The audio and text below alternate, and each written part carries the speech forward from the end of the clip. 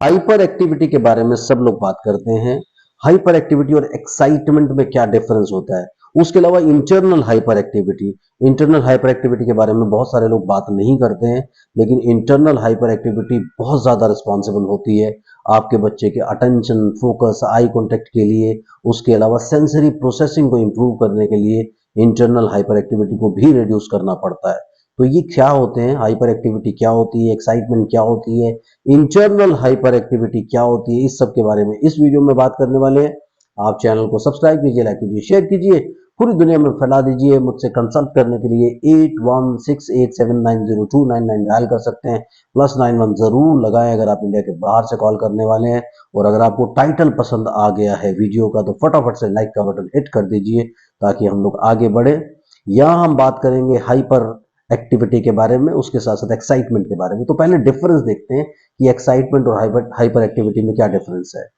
Hyper activity usually क्या होती है कि जब आपका बच्चा अननेसेसरली बहुत ज्यादा मूवमेंट्स करता है, या बैठे बैठे हिलता रहेगा, डुलता रहेगा, किसी चीज पे, कहीं किसी जगह पे टिक के नहीं बैठना, इधर से उधर भागते रहना, ये सब चीजें हाइपर एक्टिविटी में आती है। किसी सामान को छेड़ना, सामान को उठा के पटक देना, और अननेसेसरली कुछ डिस्टर्ब रहना, अनकंट्रोल रहना।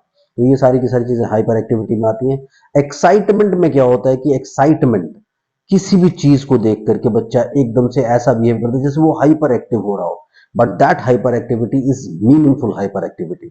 अगर वो मीनिंगफुल हाइपर एक्टिविटी होती है तो ये मान करके चलें कि आपका बच्चा कुछ एबनॉर्मल नहीं कर रहा है। कोई भी नॉर्मल बच्चा भी किसी पर्टिकुलर चीज को देख करके, जो चीज उसे पसंद है, वो फटाफट से एक्साइटमेंट शो करेगा। और जो बच्चे ऐसे एक्साइटमेंट शो करते हैं उनका ये मीनिंगफुल बिहेवियर कंसिडर होता है। तो इसके बारे में घबराने की कोई जरूरत नहीं है।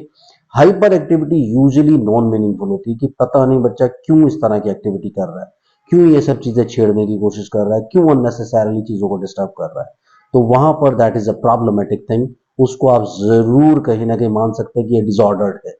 लेकिन एक्साइटमेंट जो है, एक्साइटमेंट मीन्स किसी चीज को देख करके एक्साइट हो जाना, उसमें एक्साइटमेंट ज्यादा है क्योंकि नॉर्मली ये कंट्रोल नहीं कर पाते अपने सेंसेस और इमोशंस को। इसलिए एक्साइटमेंट थोड़ी सी ज्यादा हो जाती है और आपको एबनॉर्मल लगने लगता है, but that is always meaningful. तो इसलिए उसके लिए घबराने की कोई जरूरत नहीं होती। एक और पार्ट आता है internal hyper activity. Internal hyper activity मतलब जो आपको बाहर से नजर नहीं आ रहा, लेकिन आपने देखा कई सारे बच्चे बिल्कुल कूल होते हैं, काम होते हैं, देखने में बिल्कुल वो आराम से बैठे रहते हैं, लेकिन उन बच्चों के अंदर, यानी उन बच्चों के जहन में, उन बच्चों के माइंड में जरूर ऐसी थॉट्स की हाइपर एक्टिविटी होती है जिसे इंटरनल हाइपर एक्टिविटी का आप नाम देते हैं।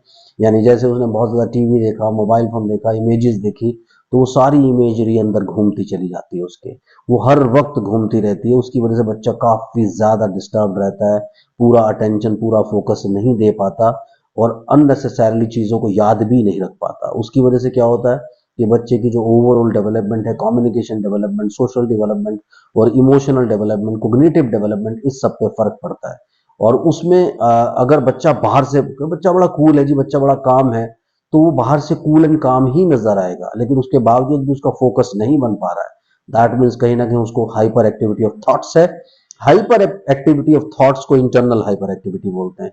तो जब तक इंटरनल हाइपर एक्टिविटी बच्चे की कंट्रोल नहीं की जा सकती, तब तक बच्चे का जो सेंसरी प्रोसेसिंग है उसे नॉर्मल नहीं कर सकते, क्योंकि कूल माइंड होना चाहिए बच्चे का, रिलैक्स्ड माइंड होना चाहिए, उसी के बाद ही सेंसरी प्रोसेसिंग डेवलप होती है। इसलिए मैक्सिमम एक्टिविटीज जो टारगेटेड एक्टिविटीज होती हैं उसमें कोशिश ये की जाती है कि बच्चे को कूल एंड काम करने की कोशिश की जाए, ताकि बच्चे पर बाकी की थेरेपीज का असर हो सके।